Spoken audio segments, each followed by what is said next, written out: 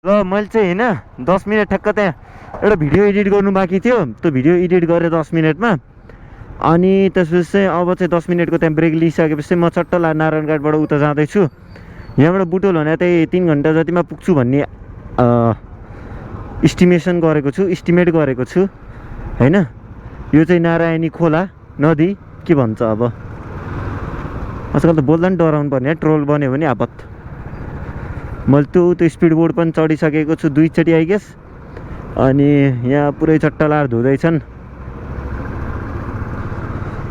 यो खोला बिग्रियो भने, यो खोला भत्कियो भने अल्टरनेटिभ कहाँ छ होला? देवघाटको होला एउटा पोखरा हुँदै जाने होला।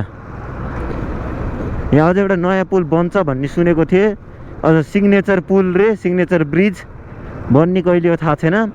बन्यो भने झन् भ्लग बनाउँला भनेर गोप्रो किनेको, कामै लाने यार, भन्दै भन्दैन यार। यस्तो खत्तम बाटोमा हुन्छ चलाउन पनि वाइल्ड औडा लाग्छ यार। अब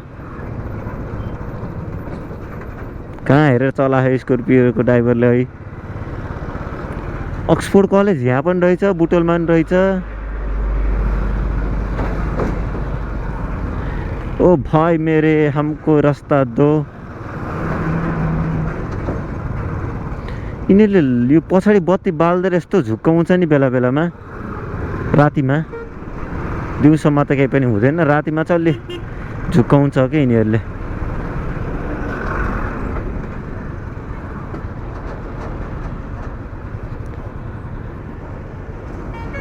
ओ भाइ साहब हमको रास्ता दो।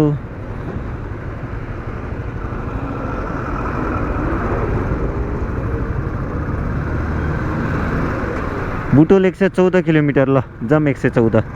ये देखो जी, ये देखो जोरों से काम चालू हो रहा है। जस अरू पहिला भन्दा चाहिँ बाटो चाहिँ मेन्टेन चाहिँ गरेको छ कि, लाइक चलाउन लायक छ होइन। यहाँसम्म अहिलेको एट दिस पोइन्ट होइन, बाटो चाहिँ मेन्टेन चाहिँ गरेको छ, काम चाहिँ भइरहेको छ। आशा गर्छौँ यो काम 2 वर्षभित्रमा सकियोस्। मैले ब्याचलर पढेर सक्दासम्म यो सक्यो भने पनि धेरै ठिक के। यताको बनाएर सकेपछि चाहिँ नारायणगढदेखि उता काठमाडौँ जाने बाटो बनाउँछ होला, फेरि उता गाह्रो। यो जनताले सुख जिन्दगी पाउने भएन यार, राम जिन्दगी पाउने भएन। त्यो एकैचोटि काम सुरु गरिदिन पर्छ होइन। बरु यो सबै यो गाडीहरूलाई चल्न नदिएर। एक्सिडेन्ट भयो जस्तो छ आई गेस। के नापेको यो चाहिँ?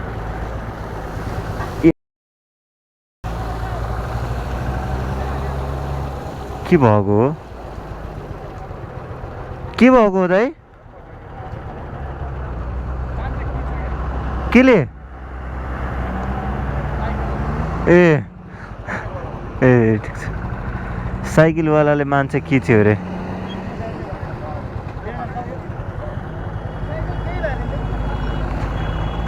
ठुलै केही भएछ भनेको त। साइकलवालाले मान्छे खिच्यो पो भन्छ, म त गाडीवालाले होला भनेर झसङ्ग भएको यसो।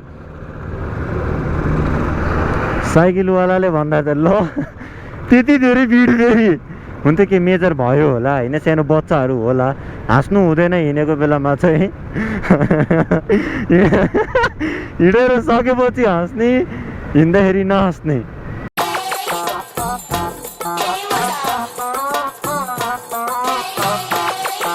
यो सिजी कटिसकेको 5-10 किलोमिटर यता आइसकेको छु।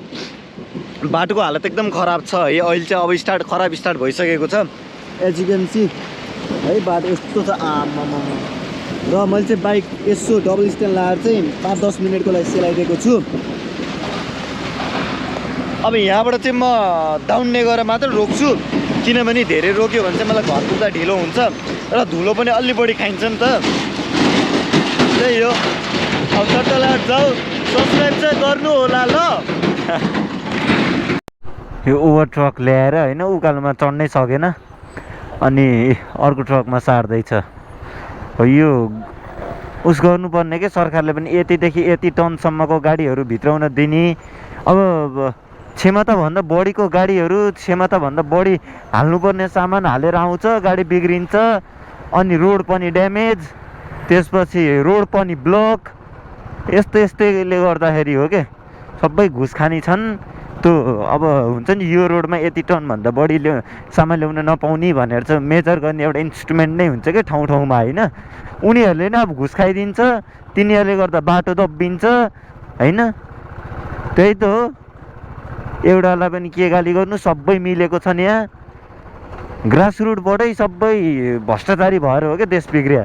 म हुन पर्थ्यो नेपालको प्रधानमन्त्री, राम राम। म त सुरुमा बाइकको ट्याक्स घटाइदिन्थ्यो हौ। 12,000 12,500 रुपियाँ छ बुलेटको ट्याक्स, अहिले गएर तिर्ने हो अब मैले बुटोल गएर। इन्सुरेन्स 9-10,000 फुल इन्सुरेन्स। अब बाटोहरूमा हिँड्दाखेरि हिँडिरहेको छु नि त, त्यही भएर फुल इन्सुरेन्स गर्नुपर्छ। अनि फुल इन्सुरेन्स गरेको लगभग 9-10,000 छ क्या। वर्षको त 25,000 त यसलाई र करलाई गरेर लगभग दुईटालाई गरेर छुट्याउन पर्छ बाइकलाई। मेन्टेनेन्स वर्षको लगभग 20,000 45,000 होइन। ए आम्मामा, तेल अझ लगभग वर्षको कति खान्छ, 30,000 को त तेलै खान्छ होला। यति हिँड्छु एकचोटि तेल भरेको 2500 जान्छ, 10 चोटि भर्यो भने 25,000 त त्यतै गयो ल। 30,000 होइन, धेरै 40,000 त छुट्याउनु पर्छ। ए मेरा लगभग होइन, एउटा बुलेट बाइक चढ्ने मान्छेले वर्षको 1,00,000 रुपियाँ भनेको लगभग मन्थली 8,000 देखि 9,000 रुपियाँ बाइकको लागि छुट्याउन पर्छ क्या। अब बुझौँ कति गाह्रो छ। मेजर खर्च आइदियो भने त भ्याइयो, टाटा बाइ बाइ हो। यस्तो छ यार बाटो। रुम कि हाँसौँ कि रुम हुन्छ। अब घर पनि भन्ने छैन बाइक लिएर आउन लगाएको भनेर, घर गएर के हो, गाली त ढुक्कै खान्छ बाबाको। जम्मा 10-15 दिनको लागि तैँले बाइक लिएर आउन परेको थियो। नाटक गर्छ बढी, खुर्क त्यहाँ बाइक आएर नआएर गाडीमा नआएर भन्नुहुन्छ। बाबाले भन्नुहुन्छ सुरुमा मोमोले एउटा हान्नुहुन्छ। म त हिँडे भनेर पनि भने छैन के अझ। म हेर त, गाह्रो छ साथी, गाह्रो छ। यही गाह्रोको लागि एउटा सब्सक्राइब र एउटा लाइक हान्दै हुन्थ्यो। नाटक पार्छौ तिमीले।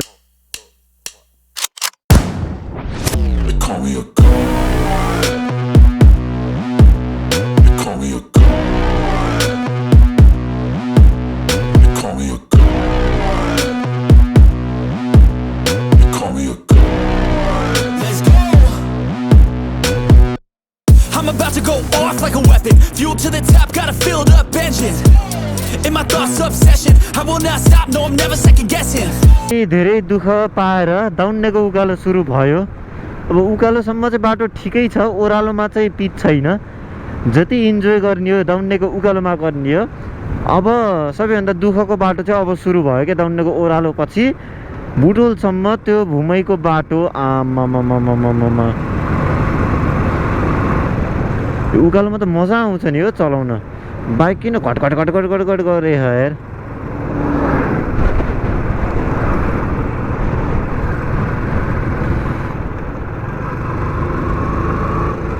सुताउन मजा आउँछ क्या यो बाटोमा, उकालोमा त। आमामा, यस्तै बाटो भइदियो हुन्थ्यो यार ओह्रालोमा पनि।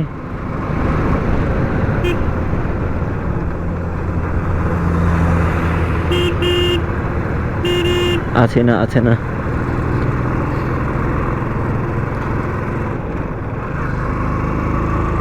क्लच प्लेट फेरेबाट कस्तो अर्कै भइरहेछ यार यो बाइक। घटघट आवाज अलि स्ट्रङ आएको छ क्या। त्यो भाइब्रेसनको 60 भन्दा माथि जानै मिलिरहेको छैन त्यो आवाजले गर्दाखेरि। भाइ त्यो हेर्नु त साडी त उस छ नि, त्यो टायरतिर जान लाग्छ क्या कपडा तल। त्यो हजुरको यस्तो खुट्टाको यो हुन्छ नि यतातिरको हो, त्यो उता टायरतिर जान लाग्छ के।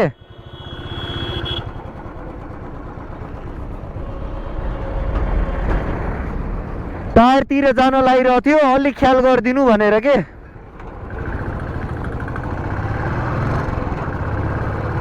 म बुटोल आइपुगेको छु होइन। अनि बुटोल आउने बित्तिकै बाइक धुन आइसके। यस्तो फोरो बाइक के लिएर घर जानु भनेर होइन। रइजले मेरो बाइक कति पछि धोइदिँदैछौ? 1 सालपछि चाहिँ म ठ्याक्कै यहाँ धुन आएको हो क्या अनि चट्ट लाएर आज बाइक बगल बनाएर घर लाग्नु पऱ्यो नि घरमा चाहिँ थाहा थिएन म बाइक लिएर आउँदैछु भनेर त्यही भएर नयाँ बनाएर लिएर जानु लाग्यो मैले अब सिधै घर गएर भेटौँला थोरै हाबेको एउटा क्लिप हाल्छु त्यसपछि टक्क लाएर घर अगाडिको बाइ